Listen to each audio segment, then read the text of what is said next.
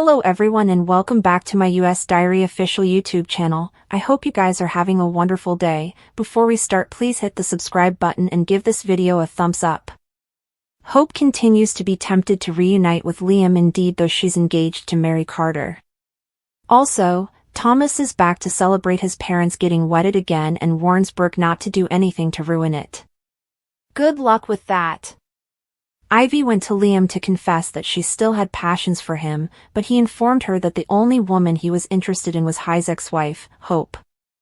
The Golden is formerly well apprehensive of Liam's desire to reunite, and now Ivy reinforces the idea.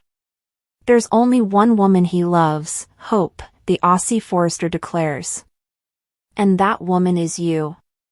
Carter may want to walk down the aisle with the woman he loves, but Hope seems more interested in spending quality time with her family. And little Beth has made no secret of how much she wants to be with both her father and her mama. Hope smiles wistfully as she watches Liam and Beth steed around in the design plant at Forester. That's our son, Liam says emotionally. Will Hope cancel her future with Carter to readdress the history with Liam? Ignorant of what happened between Brooke and Ridge in Italy, Taylor still thinks that she's about to marry him. And she's pleased when her son returns to Los Angeles for the occasion. Thomas? Taylor exclaims as he enters her office. Hi, Mom, he smiles as he moves in for a warm grasp. Thomas also swings by the Forester services, where he finds Katie and Brooke together so that he can advise them both of the situation. My pater is marrying my mama, he announces forcefully before advising, don't do anything to come between them ever again. Sitting behind her office, Brooke gapes nervously at Thomas, knowing sharp well that she's not going to be suitable to stand back and let the man she loves marry another woman. Thomas Forester is back. He has lost Paris Buckingham and doesn't feel to have important of a career designing presently. Now the man is fixated on his parents' marriage. Still, there are signs that the youthful man's minatory side could resurface. Keep reading and let's talk about what could be next in this plot. Thomas coming back to city.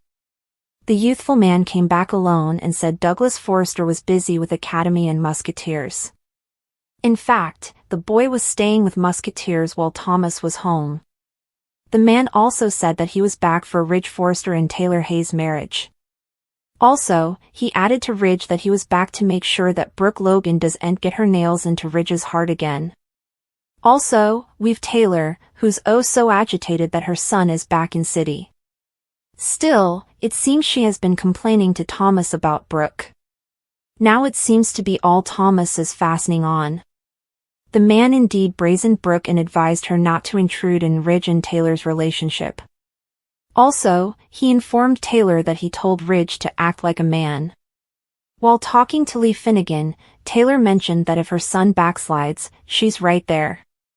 Still, it seems like Taylor could be setting Thomas's troubled future in stir. Thomas doesn't have anything to concentrate on.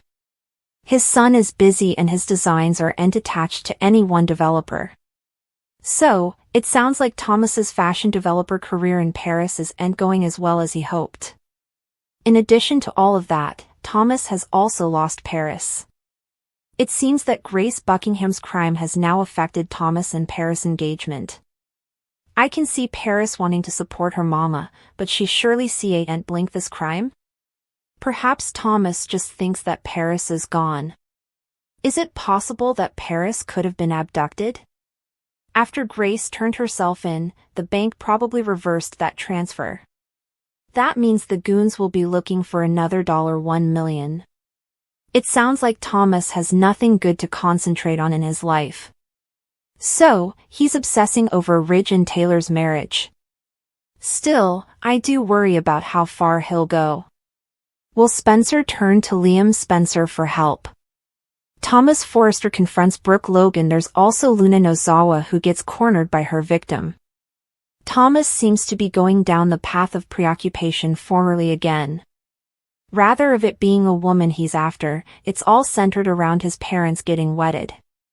It's one thing to be happy that your parents are marrying again, it's another to act like a toddler.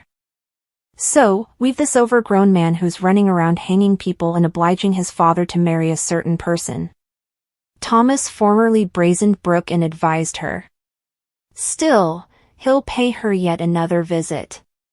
Although Brooke just wants Thomas to be happy, he doesn't feel the same way about her. In fact, the developer blames Brooke for tearing his family piecemeal. Ridge Forrest just told Taylor Hayes that he can't marry her. That night, they were supposed to elect their marriage date. Now Ridge is saying he can't marry her at all. Of course, Taylor knows that this all centers around Ridge saving Brooke's life in Italy. Of course, it doesn't help that Eric Forrester and others are trying to force Ridge's hand. Taylor refuses to accept the rejection. She tells Ridge that he's not doing this to their family again. We'll just can't forget about that Riddle girl. The Joe needs answers, especially since alcohol generally doesn't do that to him. Will ends up turning to Liam for help, who tracks down the burner phone's position on the computer. Luna textbooks a picture of Electra masked to Will. Also, she teases that it'll be their secret. Will shows up at the apartment where Luns is staying with Lee. It seems that he finds out her address and walks in the door. Lee and Sheila aren't there. As for Luna, she's trapped in the restroom when Will demands that she come out and face him.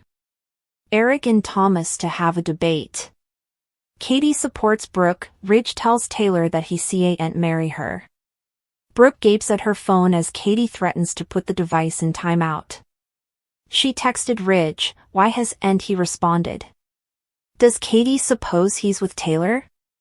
Katie doesn't want her fussing about effects. Brooke is upset about Thomas. The Golden says that Thomas is entitled to his opinion, indeed if she doesn't like it. Katie brings up Thomas's history. Brooke admits he has a history, but had a rough time. The Golden feels for Thomas and he's Ridge's son. She wants Thomas to be happy. Katie says that Thomas will try to press Ridge to marry Taylor. The Golden says nothing can abolish what they participated that day in Italy. Ridge promised to make effects right, she just has to believe in him. Eric is busy sketching when Thomas interrupts. They embrace and are so happy to see each other. Thomas is agitated for the Tridge marriage. Eric looks dissatisfied. The primogenitor asks about Europe. Douglas is driving and Paris is gone. Eric is surprised to hear that. The primogenitor mentions that Taylor is a successful woman and doesn't need Ridge to be happy. Thomas agrees, but brings up the broken heart pattern.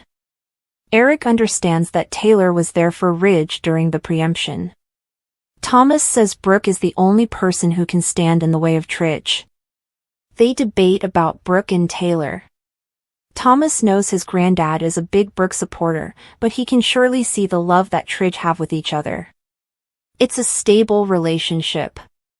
Please support Taylor and Ridge's marriage. Eric says that Ridge knows how he feels. Thomas keeps trying to push him onto Team Tridge, but it doesn't work. Ridge and Taylor are talking. The man likes what the therapist has done with the place. It's a special air for a special occasion. Taylor wants to pick a marriage date. They embrace as Eric's words hang Ridge. They talk about Thomas being home and Grace's conduct against Liam. Taylor thinks it's for the stylish. She changes the content to them getting wedded.